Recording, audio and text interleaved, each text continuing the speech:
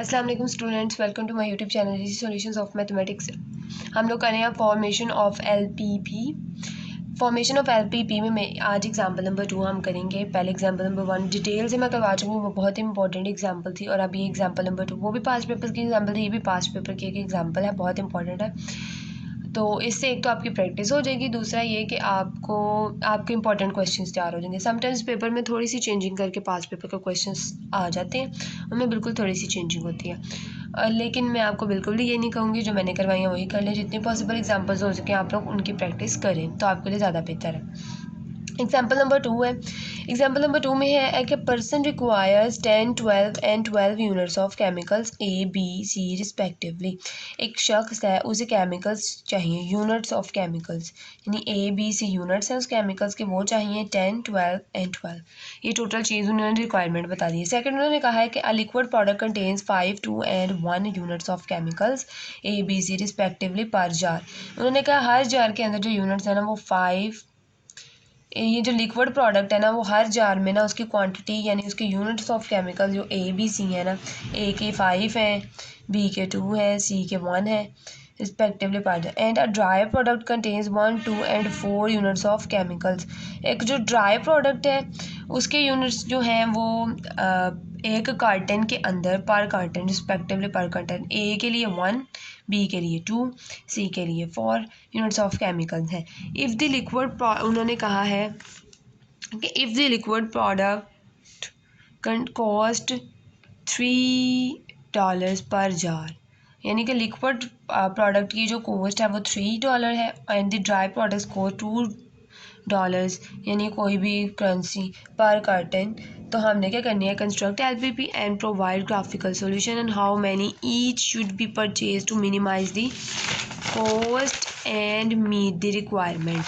अच्छा जी, अब हमने क्या करना है, कॉस्ट को मिनिमाइज़ करना है। कॉस्ट को मिनिमाइज़ करना मीन्स के 3 एंड 2, लिक्विड प्रोडक्ट्स के लिए 3 और जो हमारे पास हैं ड्राई प्रोडक्ट्स उनके लिए 2, यानी कि ये हमारे जी की वैल्यूज़ हो गई जिनको हमने मिनिमाइज़ करना है, जी की वैल्यूज़ है। नेक्स्ट अगर हम लोग लिक्विड प्रोडक्ट्स को एक्स कह लें और ड्राई प्रोडक्ट्स को अगर हम वाई कह लें तो ये हमारा 3x प्लस 2y है। z is equal to 3x plus 2y है और इसको हमने मिनिमाइज़ करना है। नेक्स्ट टोटल हमारा ये है। उसके बाद लिक्विड प्रोडक्ट्स में जो ए वाला है यानी कि ए बी और सी है, लिक्विड भी और ड्राई भी। तो हम इसकी कुछ इस तरह से फॉर्मेशन करेंगे कि सबसे पहले हम ए वाला जो है, ए वाले उसे केमिकल्स चाहिए ना, जो टोटल जो केमिकल्स चाहिए उनमें लिक्विड वाले यूनिट्स और ड्राई यूनिट्स जो है ना वो इकट्ठे करके ही, यानी कि उसे चाहिए। और टोटल 10 ए के हैं और ये बी के हैं और ये सी के हैं। आप सीधा सीधा ये देखें जिसने दिया है, रिक्वायर्स ए बी और सी यूनिट्स ऑफ केमिकल, यानी 10, 12 and 12 units of chemicals A B C, यानी ए के लिए 10 है, बी के लिए 12 है और सी के लिए 12 है। मीन्स कि हम लोग पहले ए की जो कॉन्स्टेंट बनाएंगे वो 10 के हिसाब से बनेगी, बी की जो बनाएंगे वो 12 के हिसाब से। इस हिसाब से हम लोगों ने देखना है कि लिक्विड के अंदर हमारे पास पहली वैल्यू 5 है, यानी कि 5x है, 5 लिक्विड प्रोडक्ट, और उसके बाद ड्राई प्रोडक्ट्स में हमारे पास 1 है प्लस y, यानी कि जो 1 है वो ड्राई प्रोडक्ट है, यानी कि 5x प्लस y यानी 1y।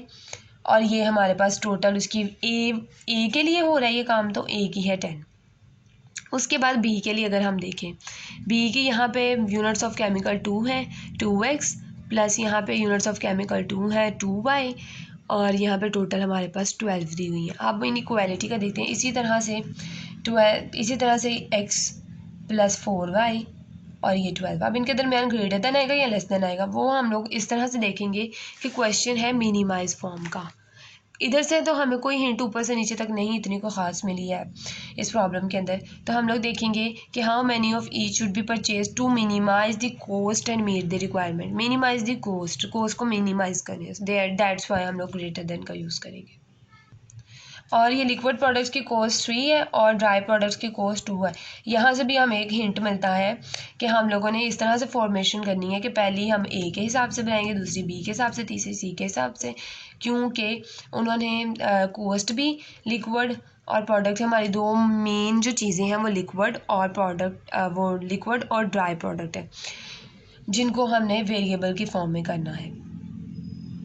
ये नहीं हो सकता कि हम ए बी सी की कॉन्स्टेंट बनाए हुए दूसरी भी ए बी सी की बनाएं, नहीं, पहले हमने ए के हिसाब से काम करना है, फिर बी और फिर सी के हिसाब से, और ए बी सी में लिक्विड और ड्राई दोनों को करना है क्योंकि कॉस्ट लिक्विड और ड्राई के हिसाब से है, यानी कि ए दो वेरिएबल्स पे काम करना है, हमने दो से ज़्यादा वेरिएबल्स पे काम नहीं करना।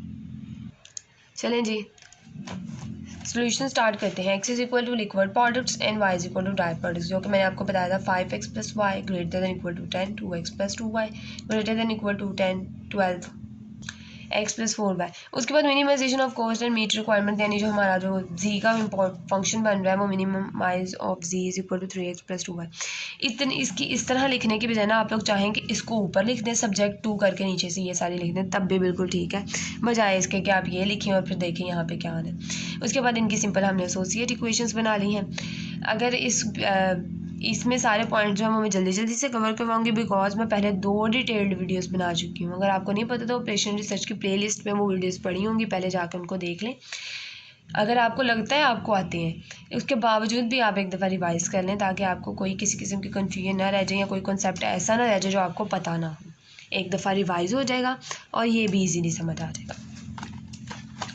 अच्छा जी, एसोसिएटेड इक्वेशंस बना ली। एसोसिएटेड इक्वेशंस बनाने के बाद हम क्या करते हैं, एक्स वाई इंटरसेप्ट में डिवाइड करते हैं पहली इक्वेशन में, यानी हम लोगों ने वाई की वैल्यू निकालने के लिए एक्स को 0 कर देते हैं, तो वाई की वैल्यू 10 आ गई, और एक्स की वैल्यू निकालने के लिए हम वाई को 0 कर देते हैं तो एक्स की वैल्यू 2 आ जाएगी।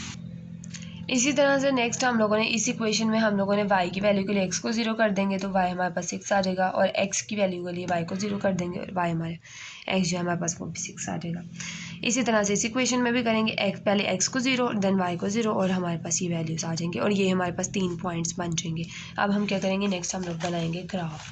पहला पॉइंट है हमारे पास 2, 10, 2 भी पॉजिटिव है, 10 भी पॉजिटिव है। 2, 10 पहली हमारी ये वाली लाइन बनेगी, इसको हम लोग लाइन लगा लेते हैं, ये इस तरह से बनेगी,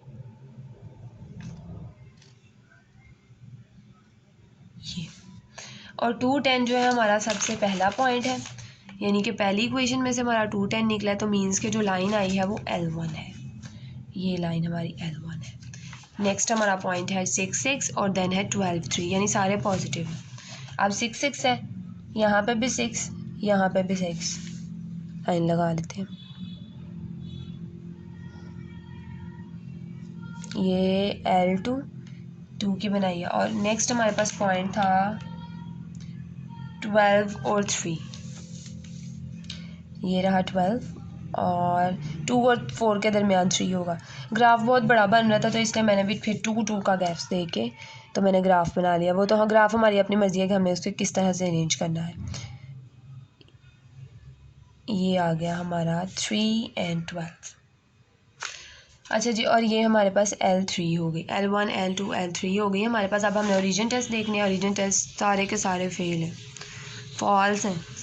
फॉल्स ओरिजिन टेस्ट हो जाता है तो मैंने आपको बताया था कि अगर ओरिजिन टेस्ट ट्रू हो हमारा तो हम ओरिजिन की तरफ आते हैं।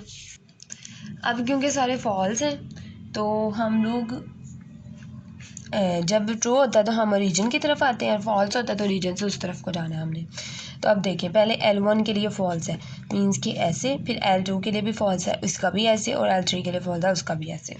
तो अब अगर हम L1 के लिए ऐसे को जा रहे हैं तो हम सिर्फ इतने एरिया में कलर करेंगे। अगर इस एरिया में भी कलर कर दिया तो L2 का ओरिजिन की तरफ कलरिंग हो रही होगी। हमने तीनों को देखते हुए, तीनों का जो बिल्कुल वो होगा ना पार्ट, सेम पार्ट जो होगा दोनों का, तीनों लाइंस का, हमने उसको कलर करना है, मीन्स के सिर्फ यहाँ पे कलर होगा। सॉरी, ये यहाँ पे नहीं करना, ऐसे सिर्फ और सिर्फ इस एरिया में करना है, बाहर वाले।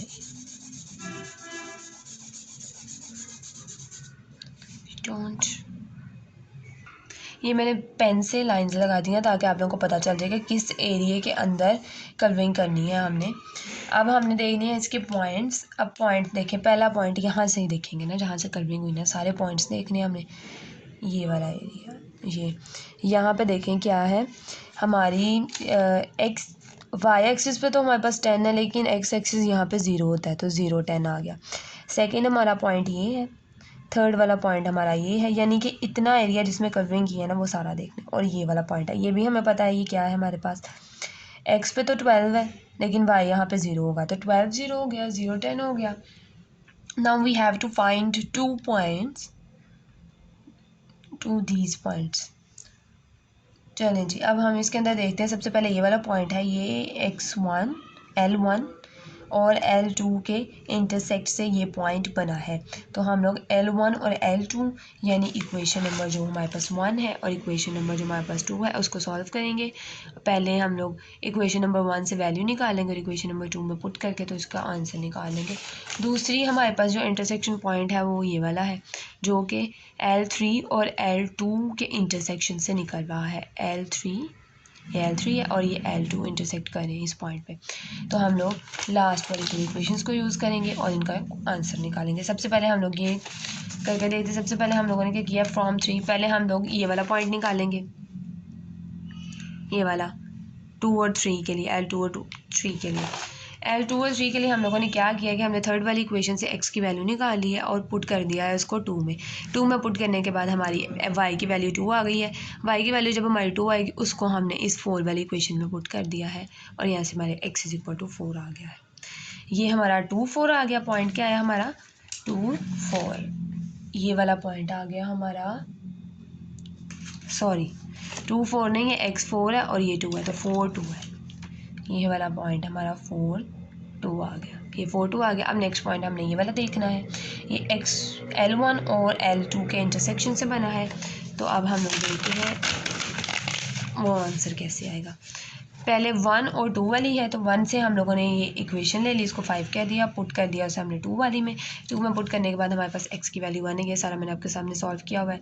और उसके बाद हमने 1x की वैल्यू को हमने इक्वेशन नंबर 5 में पुट कर देना और यहाँ से हमारे पास y = 5 आ जाएगा। इस तरह से हमारे पास जो पॉइंट्स आ रहे हैं वो टोटल 4 पॉइंट्स हैं।